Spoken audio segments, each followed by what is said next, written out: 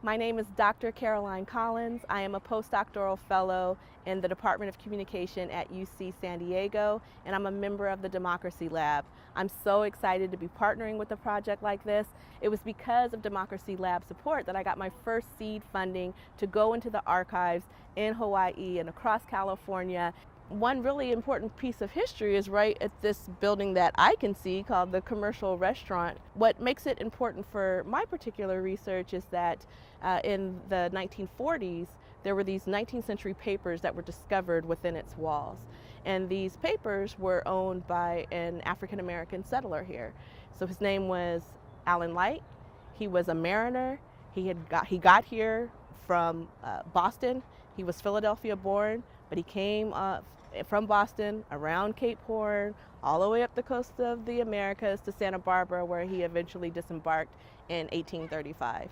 And he came here, made a life here, settled for quite some time. He and a business partner, Richard Freeman, was another African American who had settled here. They owned and operated the first saloon here in Old Town San Diego. And the papers that were in those walls were really important. First was his Seamen's Protection Papers. So these are papers that any mariner would carry on them, especially to make sure that they weren't taken or conscripted by the British Royal Navy that would go out and just grab folks and have them become sailors with them. But he, an African American mariner, would have also really held these papers dear, because often this is how black mariners prove their free status as well. So like Frederick Douglass, for instance, these are the types of papers that he borrowed from someone else in order to smuggle himself to freedom. When we think about the origins of black people in America, and when we think about black people in ships in America, one type of ship usually comes to mind, that's the slave ship, and one type of travel comes to mind, right, an origin story, and that's transatlantic enslavement. And that's a really important story, but that's not the entire story of black folks in what's now called North America. That's led me to this project, Mariners of the Black Pacific, Reimagining Race, Migration, and Diaspora. So for the Black Pacific project, it's going to have three really important interconnected pieces. So one is an exhibit, both a traveling form and a physical exhibit that will be at the Maritime Museum of San Diego, right on the Embarcadero. The second is going to be a vessel build for youth in a black boat right to build a 28-foot wooden whaleboat. And then a documentary film, a short film that's going to capture the whaleboat. After they build the boat, they're then going to take it out for whale watching excursions, and then also what's called whale whispering excursions, and that comes from work from artists like Michaela Harrison, who builds on black feminist thought. And they'll be communicating with the whales through these hydrophones, right? And so that's another form of repairing these relationships between black folks and indigenous folks to the natural world. And then there will be a traveling exhibit, a banner exhibit that will go to different partners, places like the Northwest Maritime Center in Port Townsend, Washington. And then we'll have a digital artifact that will help capture the story and also tell the story in important ways with the documentary film.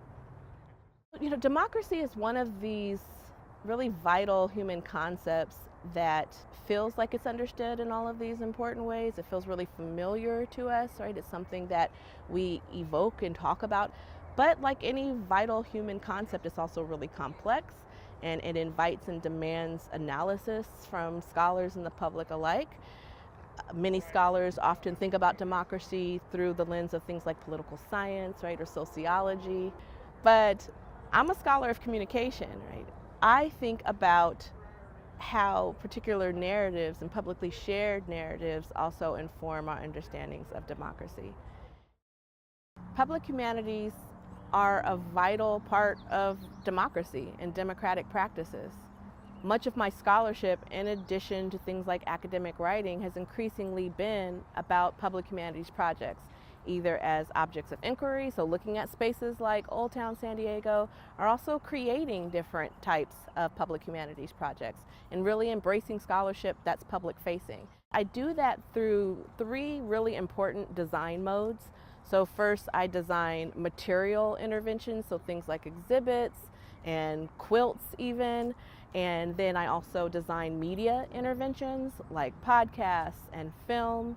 But also, I argue that it's really important that we think about and take seriously the design of collaborations as well as a really important design practice in our academic work. Because in all of the public-facing scholarship that I engage in, it starts with collaboration. Collaborations between community-university partnerships. I work with community organizations, cultural bearers, artists, other scholars, archivists, museums, libraries, right? It's about all coming together to put together this form of scholarship for public consumption.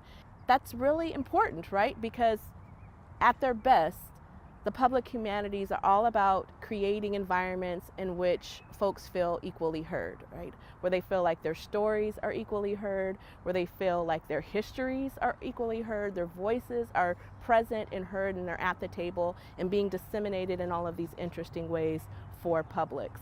It's important for us to remember just how significant public scholarship and public humanities are, not just to academic work and my own academic practice and scholarship, but to the very fabric of democracy itself.